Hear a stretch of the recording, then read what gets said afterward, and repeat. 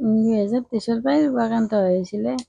এতিয়া এই যোৱা আগষ্টত মানে 24 আগষ্টত হেৰি 23 আগষ্টৰ পৰাই ডায়েলিচিছ কৰি আছিলোঁ। ডায়েলিচিছ কৰি থাকি মানে আছিলেই চলি, হঠাৎ মানে হেপাটাইটিছটো হ'ল আৰু জণ্ডিজো হৈ লিভাৰত অলপ ইনফেক্ট হোৱা বুলি ক'লে।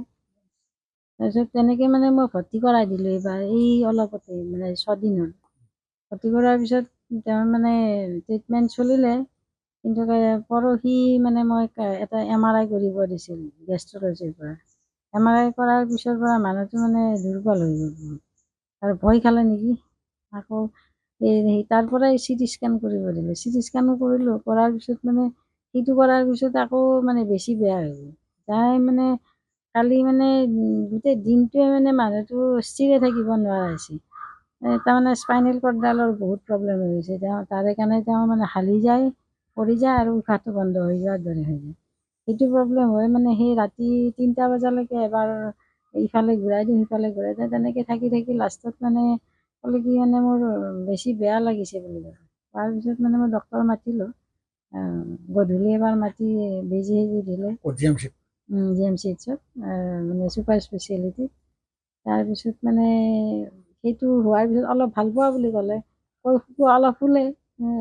মই শুৱাই থওঁ, আকৌ চিঞৰি বাখৰি মাতি ফুৰে কি মোৰ আৰু বেয়া লাগিছে, উঠাই দিয়া মোক ঘূৰাই দিয়া।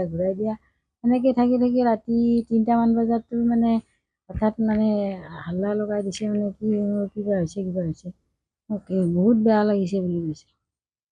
তাৰপিছত তেতিয়া মানে হেৰি কৰিলে, মোক ক'লে মোক একদম পানী দিয়া আৰু মোক বাগৰ সলাই দিয়া।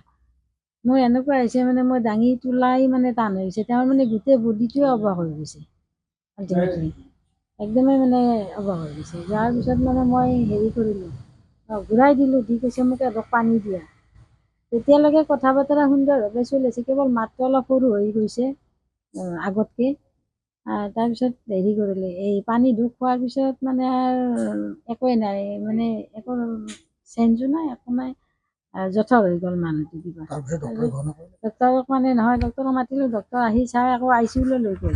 তাত ECG কৰি চাই গম পালে যে একো নাই আৰু সেইটোৱে আৰু। আচলতে শিল্পীৰ জীৱন এনেকৈ বাবু আপোনাৰ আৰ্থিক সংকটৰ সন্মুখীন হোৱা বুলিও বাতৰি প্ৰকাশ হৈছিল মাজতে, কি ক'ব? এইটোতো হয়, আৰ্থিক মই বহুত দুৰৱস্থা হৈছে। মানে মোৰ ভাইটিজনে অলপ সহায় কৰিছে, সেইকাৰণে চলি আছোঁ। আৰু কোনোবা 2 এজনে আৰু বন্ধু চন্ধু সহায় কৰিছে, তেনেকৈ চলি আছিলোঁ। বেমাৰৰ সময়ত চৰকাৰৰ ফালৰ পৰা কিবা সহায় সাহায্য পাইছিল? চৰকাৰৰ ফালৰ পৰা তেনেকৈ কোনো সহায় সাহায্য পোৱা নাই। কেৱল এজন বাইদেৱে মানে চিএমক কৈ মানে 1 লাখ টকা এটা লগাই দিছিল ৰিলিফ ফাণ্ডৰ পৰা, সেইটোৱে যি পাইছোঁ চৰকাৰৰ। বাকী মই কৰোঁ চৰকাৰে সাংস্কৃতিক বিভাগ এটা আছে চৰকাৰী, সাংস্কৃতিক মন্ত্ৰী এগৰাকী আছে, ফিল্ম ফাইনেন্স নেকি, তাৰ পৰা মোক 30,000 টকা দিছিলে। সেইটোৱে আৰু 30,000 নহয়, 25,000 টকা দিছিলে। 30,000টো জুবিনে দিছিলে মোক।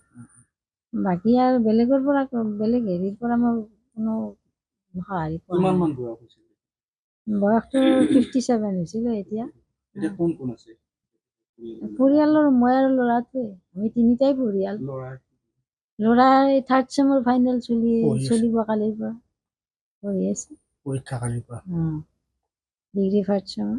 যথেষ্ট আৰ্থিকভাৱে আপোনালোকৰ যথেষ্ট আৰ্থিক মানে সংকটৰ সন্মুখীন হৈয়ে আছে। আৰু চৰকাৰেতো মোক একোৱে হেৰি কৰা নাই।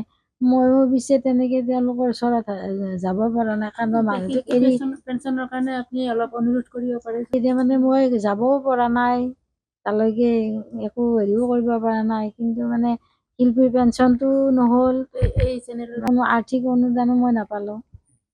গতিকে এতিয়া যদি চৰকাৰে মোক অলপ সহায় কৰে তেতিয়া অলপ ভাল হয় আৰু।